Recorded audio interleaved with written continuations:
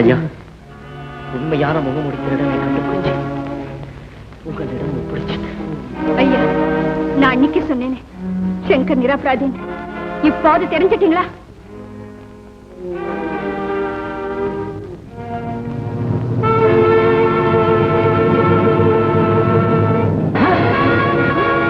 நீயா முகமுடிக்கிறேன், உன்னை இப்பவே துண்டு வச்சு கொடுப்பா. ஐயா, ஐயோ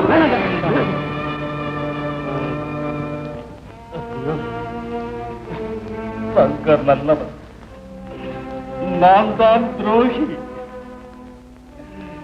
என் பேராசை என்னையே அழித்து விட்டது. துரோகி வாழக்கூடாது.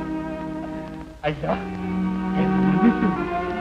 ஐயா, என்னை மன்னித்து விடுங்க. ஐயா, மன்னித்து விடுங்க. ஐயா, என்ன மன்னித்து விடுங்க. ஐயா, ஐயா,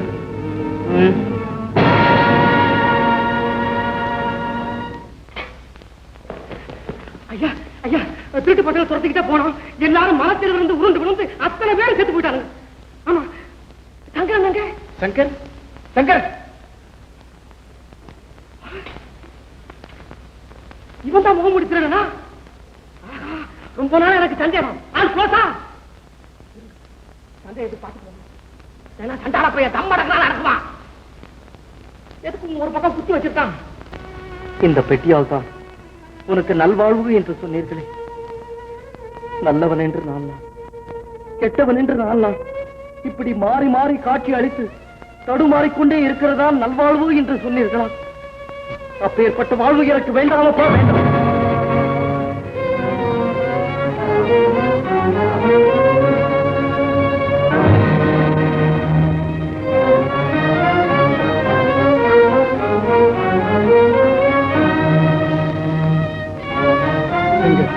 இந்த கடிதத்தை நீ என்றாவது படிக்க நேர்ந்தால் அதிர்ச்சி அடையாது. நீ அணிந்திருந்த நகைகள் இந்த பெட்டியில் இருக்கின்றது. சுமார் 20 ஆண்டுகளுக்கு முன்பு நீ 3 வயது குழந்தையாக இருக்கும்போது கார்குடி என்ற இடத்தில் நான் உன் கண்டெடுத்தேன். ஐயோ,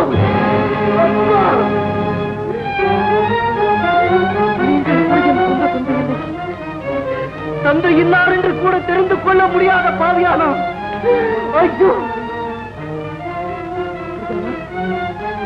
என் அப்பையா, என் அப்பையா, என் அப்பையா! என்ன மன்னிச்சிடு. கள்ளம் கபடில்லாத உண்மையில பழி சுமத்தி என் வீட்டில இருந்தே உன்னை துரத்திட்டேன். அந்த பாவத்துக்கு எனக்கு பரிகாரமே கிடையாது.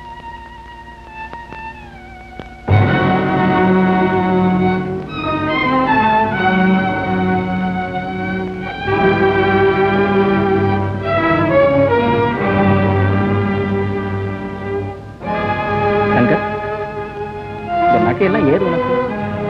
ஏன் பெட்டியெல்லாம் கீழே போட்டிருக்கிற?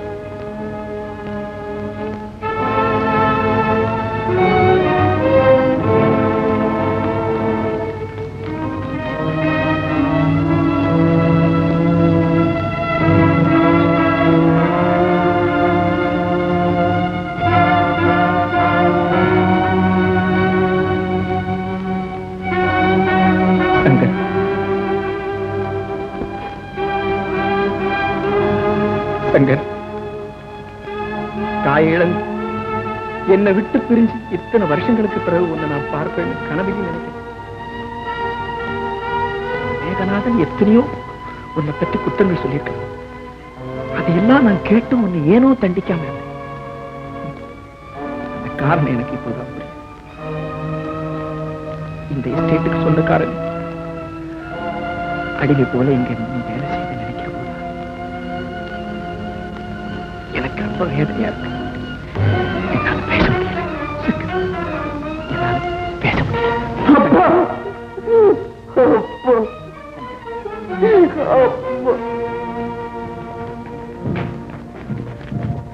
கௌரி, ஒரு சந்தோஷ சமாச்சாரம். காணாம போன என் மகன் கிடைச்சிட்டான். என்ன?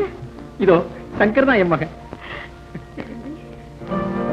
அதுக்குரிய ஆதாரம் இந்த நகைகளும் கடிதம் உண்டு. அப்படியா? அம்மா தம்பி, அண்ணா, இன்னொரு நல்ல சமாச்சாரம். என்ன? காணாம போன என் மகனும் கிடைச்சிட்டான். எங்க? இதோ நீலாதான் என் மகன். இப்போ ஜமீதா அவர்தான் வர வழியில எல்லா விவரமும் சொன்னார். ஆமாங்க, சுமார் 15 வருஷத்துக்கு முன்னாடி இந்த பக்கத்து காட்டுல லீலாவை கண்டெடுத்து கூட்டிட்டு போய் வளர்த்துக்கிட்டு வந்தேன். ஆகா, நம்ம ஐயாவுடைய மகனா சங்கரன். பாத்தீங்களா, நான் இன்னார்னு தெரியாம கஷ்டப்பட்டு கண்ட இடமெல்லாம் சுத்தி அரைஞ்சு காத்தையும் தண்ணியும் குடிச்சு வளர்ந்ததுனாலதான் இந்த எஸ்டேட்டை இவ்வளவு பொறுப்பா கவனிச்சிருக்காரு. தான் பெரிய இடத்துக்குள்ள தெரிஞ்சிருந்தது திமிரு வந்திருக்கும். எஸ்டேட் ஒரு தினசா எங்க இருந்து வளர்ந்து கடைசியில அவங்க சேர வேண்டிய இடத்துல சேர்ந்தாச்சு. லீலாவுக்கு வந்து என் மேல ரொம்ப கோபம் இருந்தது. அது இப்ப இருக்காதுன்னு நினைக்கிறேன். போங்க ஐயா, கோபமாவது. அண்ணன் உங்க மகன் தெரிஞ்ச உடனே லீலா உங்க முன்னால் நிக்கிறதுக்கே வெக்கப்படுது. தெரிஞ்சவங்க கூடனா எல்லாரும் ரொம்ப சந்தோஷமா இருப்பாங்கன்னு சொன்னாங்க. அதே போல நாம எல்லாரும் சந்தோஷமாவே தான் இருக்கோம். இந்த சந்தோஷமான நேரத்துல சங்கருக்கு லீலாவுக்கும் கல்யாணத்தை பண்ணி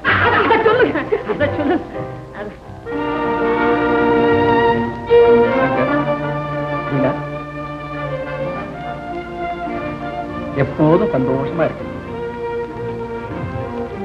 ஏண்டா வள்ளி, அப்பா என்ன நீங்களே? ஓஹோ, இன்னொரு ஜோடி பேர் இருக்கிறா? ஒன்னும் தப்பா நினைச்சுக்க கூடாது. நீங்க 2 பேரும் காதலிச்சு கல்யாணம் பண்ணிக்கிறதுக்காகவே நாங்க 2 பேரும் காதலிச்சோம். வேற ஒண்ணும் இல்லை.